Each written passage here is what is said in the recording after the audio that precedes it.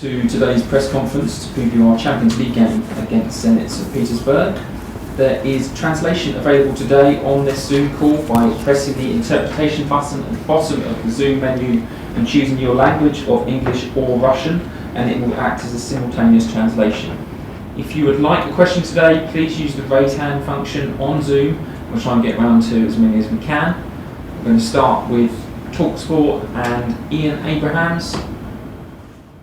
Moose, please unmute yourself and away you go. Hi Thomas, how are you? Good, thanks. Are you slightly worried about your form at the moment? This seems to be the stickiest patch you've had as manager of Chelsea. No, does not. So maybe seems to you like this, but does not. Actually does not, because we dropped some points against Man United. We find a solution to win a game at Watford, and we won with a freak shot in the end of a away game in West Ham. So we had this before. That we lose games. We don't like it, but we're not worried. We know what we have to do to win games. What about the injury situation? I mean, will that force your hand in how much you rotate the team? Because obviously you have been suffering injuries like most teams in the Premier League have been. I don't know if most teams, but Ben Chilwell is out for tomorrow, N'Golo is out, Trevor Chalobah is out, Jorginho is out, and Mateo Kovacic is out.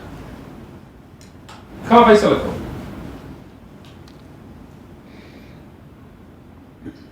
Thomas, I just wanted to ask you, you mentioned that some of your players may have been a bit overloaded, and a couple of them, their confidence may be a bit low.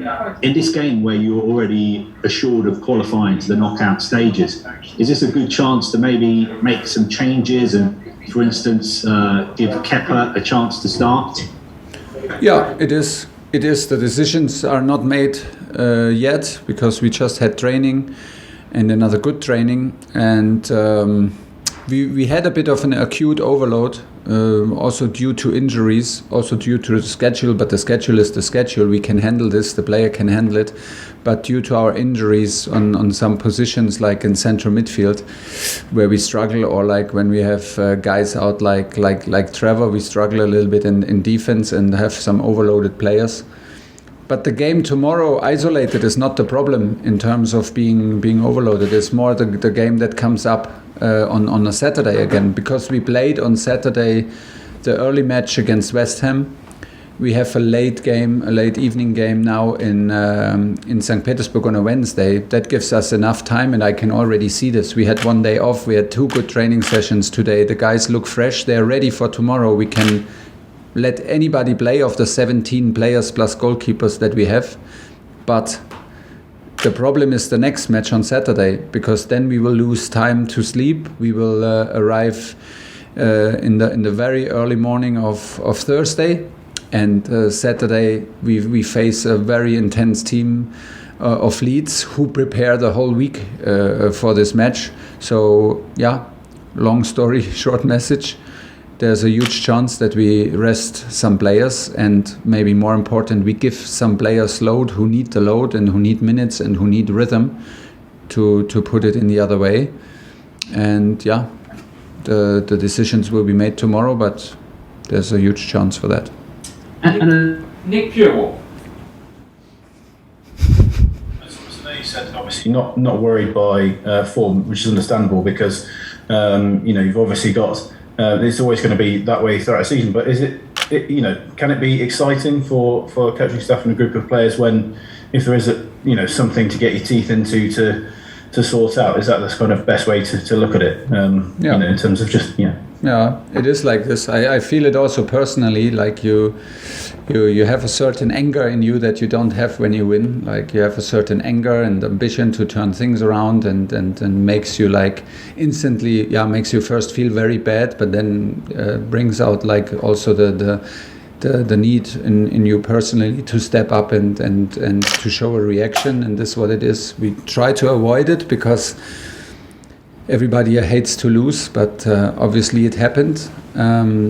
But like I said, straight after the game, and when we analyze the data, we analyze the performance, we watch the games again, I don't think it's necessary to ask the big questions. But we need to step up in details and do our details to our standards, and we need to do this on the highest level, and we need to do it relentlessly, and no matter what the result is, no matter what the occasion is, and no matter how big the adversity is. And we have some space where we can improve in the details, but it's not about the big picture in the moment. James Robson. Hi, Thomas. Hi. We've always thought about N'Golo in this country as almost like Superman. I think Pogba once said he's only got 3 lungs, something like that. Do we now have to accept, though, that he is human? You know, he's getting older. These injuries do seem to be happening more. And would I be right in saying it feels like when he's out, it seems like he's out for longer? Is that you being more careful about bringing him back? No. And are we know just how important he is to you? Me personally, I'm not so careful when to bring him back. It's actually a very open relationship with him. He takes care about this. He needs his time, but we don't have the feeling that it's about age, that he takes longer. He's in general a careful person. He takes care about his body. He does not want to take risks. And I agree, he is a Superman. He is the guy who makes the difference. He is the guy everybody in the whole world wants to have in his midfield. And we miss him for a long time. Can we produce results and top performances without N'Golo? Yeah, we can. We proved already, but it's easier with him, and it's easier if he does not lag for too many weeks. We built him up after his last injury. We built him up. Now we had an accident. This can happen. This is not related to age or to overload. This is simply an accident during a match, and happened against Juventus, right? Yeah, and of course we miss him a lot. Matt Barlow. Hello, Thomas. Hi. Can I ask you, does Saul come back into your thinking with all these injuries in midfield, and Of course. And what do you think of have you had time to reflect on the Watford game, and what's your thinking regarding him in the future? Yeah, he's one of the guys who need rhythm, who needs minutes. He's not the only guy. He's always in our thinking. He's always in our thoughts. We always reflect on every single training session and performance and form. So he is one of the guys we think about, of course. I think that he struggled a bit with the intensity. I think also that he was a bit unlucky. He played against Aston Villa, Southampton and Watford.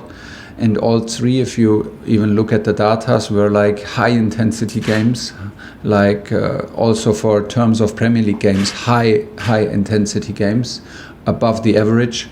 So that did not suit his main qualities, and we try to encourage him, because he grows into Chelsea more and more, and we will not stop to encourage him and try to bring out the best and help him to help us and help the team.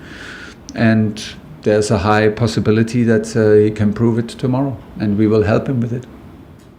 Suren from Eurosport Russia.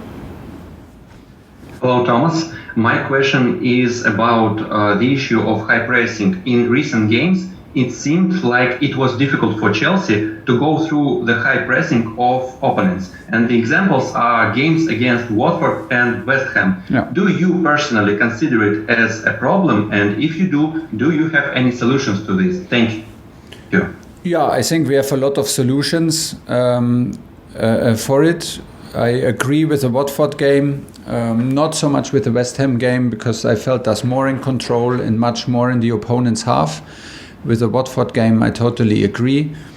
We had a lot of changes in the Watford game, first of all, so we could feel that this was a mix of players that never played with each other. We lacked a bit of rhythm and of good positioning and of speed in our decision making, because we were not used to play with each other. In general, there are we have to constantly be on our highest level. Teams try to press us high. We had games, many games where teams tried and we found good solutions.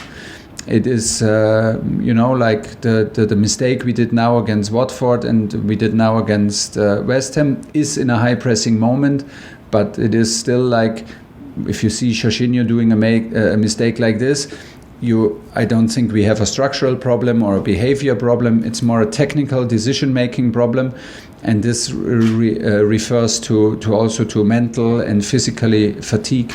If you see now that Jorginho is, for example, out for his back pain, then you know that he played with back pain in West Ham United. He played because we miss Mateo Kovacic and N'Golo Kante for such a long time. So this is what I meant. Sometimes you overload players, you overplay players. And especially with Jorginho, he comes from a Euros, he comes from Champions League, he comes straight away with no preseason into Super Cup final.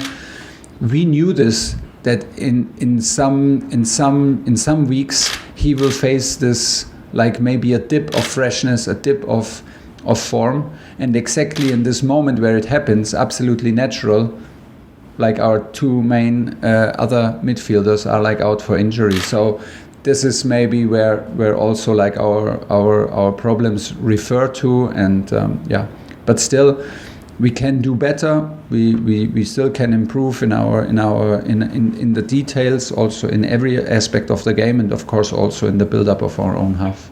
Okay, we've got time for two more. Matt Law and Alex Howe to finish. Matt Law. Hi, Thomas. Hi. I noticed that Mateo Kovacic still wasn't back training today. I just wondered why he's still missing, and do you have any time scale on when he might be back yet? We have bad news, because Mateo was in training yesterday with a big smile, and it was a pure pleasure to have him back, and he got tested positive today for Corona, so he's isolating and quarantining and out for another several days, which is a huge setback for him personally and for all of us. And you, just to follow up on that then, I mean, I've also been covering a story today that Spurs have had a big corona outbreak that's threatening their fixtures, and obviously the country, there's a big worry about the infection rate and the new variant. Is it a worry for you as a manager at the moment that this is going to become a more pressing issue over these next few months again? Yeah, I was aware of it, that this can happen, me personally, and I'm absolutely not happy that it's happening, not only as a manager but as a person. But this is what reality is at the moment, and we have to face it and to be ready to adapt, to secure health and do the best thing possible to avoid, what is it, contamination. Okay, last question, Alex Howe. Hi Thomas, just kind of off the back of that, how testing is it for you to deal with these high pressure games, not have much time, and then also the issues with injuries you pick up, and COVID, does it affect what you'd like to do with the team? Yes and no. Yes, injuries, of course, because it's not only that one player is missing, it has an effect on other players maybe playing more, maybe sometimes in an acute overload. No, because we can handle a schedule like this, but it's a huge difference in the detail. Like to have 3 games in a week or 2 games every week is not the problem, but it's a huge difference, like I said before, if you play from Saturday to Wednesday. And then if you play a home game, let's say tomorrow, and have a Saturday game, it changes your lineup, because you absolutely can be sure that everybody recovers. If you know that we have a long trip, we sit in the bus, we sit in the plane, we have time difference, and we will arrive in late at night in the early morning of Thursday, the lineup affects automatically your lineup for Saturday if the players played before this match very much. So yeah, but this is actually daily business, and what we wished for was like more opportunities to switch players, to rest players, to have more opportunities to change on certain positions, and then it gets a bit uncomfortable when you have key players out for too long. Yeah, this is what we do, but this is what we do also on a daily basis. And even if we are very likely to have some changes tomorrow, we will prepare the team to win this game, and we will arrive with the will to win this game, nothing else. And we will push forward and stay positive and not let our mood be affected by circumstances that we unfortunately cannot influence. Okay, we'll leave it there, everybody. Thanks for joining. If you stay on the line, the player will be through shortly. Ruben Loftus-Cheek.